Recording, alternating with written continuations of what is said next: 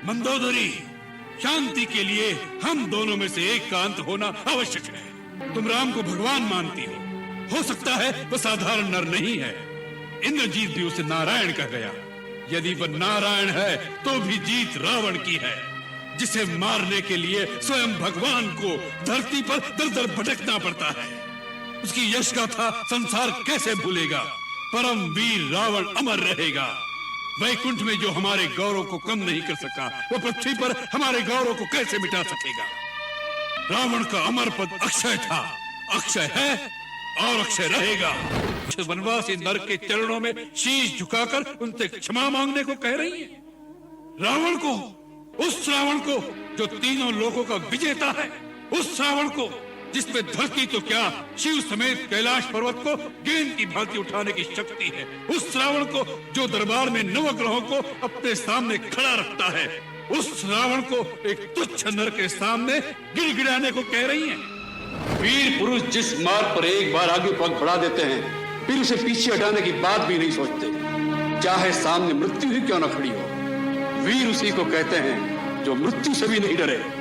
यदि तुम्हें हमारे यश और कीर्ति की सचमुच चिंता है तो हमें ऐसा कार्य करने को न कहो जिसका फल केवल अपकीर्ति और निंदा ही है।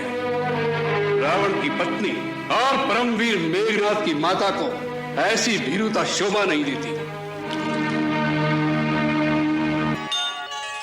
तुम मुझे मेरे अहंकार का दंड देना चाहते हो, परंतु मैं अपने अहंकार को नहीं छोड़ सकता। मुझे अपनी शक्तियों पर अहंकार करने का पूर्ण अधिकार है। यह शक्तियां मुझे कोई दान में प्रदान नहीं हुई। मेरी कठोर तपस्या के उपलक्ष्य में कर्म के विधान के अनुसार तुम मुझे वह शक्तियां प्रदान करने के लिए विवश थे।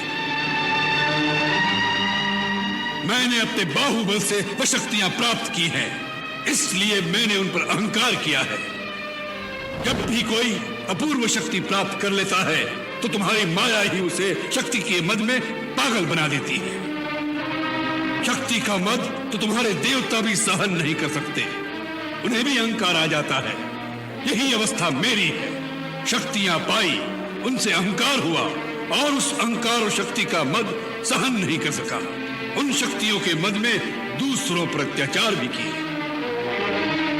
धर्म को छोड़कर अधर्म के मार्ग पर चला हूं तो उसका दंड भी भोगना पड़ेगा, परंतु रावण दंड भी उसी गर्व के साथ भोगेगा जिस दर्प से उसने उस शक्तियों का भोग किया है।